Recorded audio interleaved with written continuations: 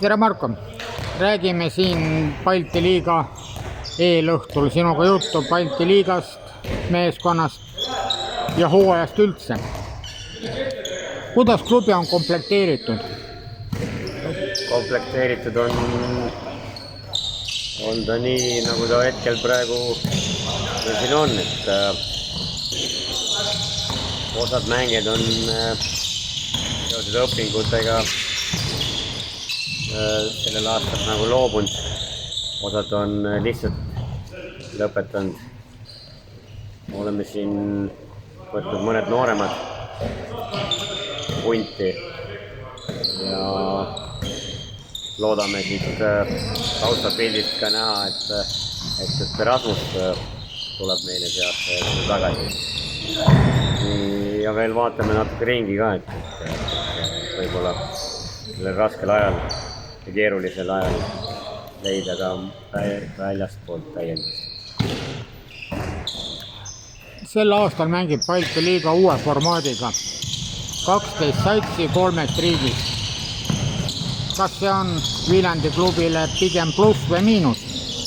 Kindlasti on see pluss, et ma olen seda ideed tegelikult juba rääkinud päris mitu hooaega juba ja nüüd on ta nagu teoks saanud. See kindlasti ühtsustab seda liigat. Võistkonnad, ma usun, et on suhteliselt võrdsed, et kindlasti võib mõnele panna seal need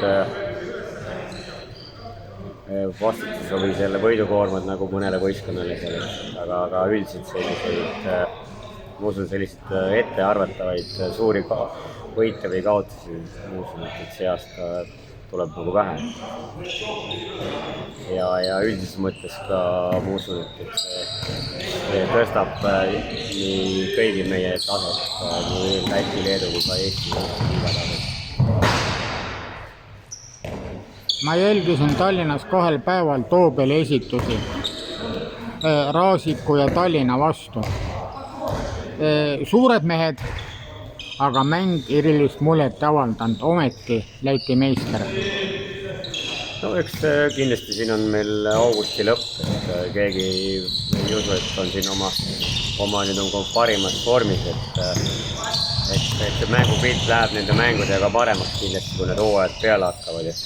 Ja eks paljuski need hooajalised turniirid seda eesmärki nagu täidavadki, et seda mängulist praktikat nagu uuesti jälle koguda, et on päris pikk paus on siin märtsi keskelt ilma mängudest. Mis eesmärgid keegi omal selle enne mängu sätitab? Millised eesmärgid on klubil Balti liigas? Jõuda 6 hulka? No eks sihid peaks ikka kõrged olema jah, et miks mitte jõuda ka Final Fouri, aga ma arvan, et ikka miinimum võiks ikkagi olla ka veerandfinaali jah, et ehk siis 6 hulka. Läheb raskeks?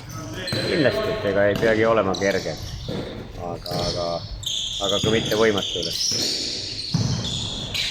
Aitäh!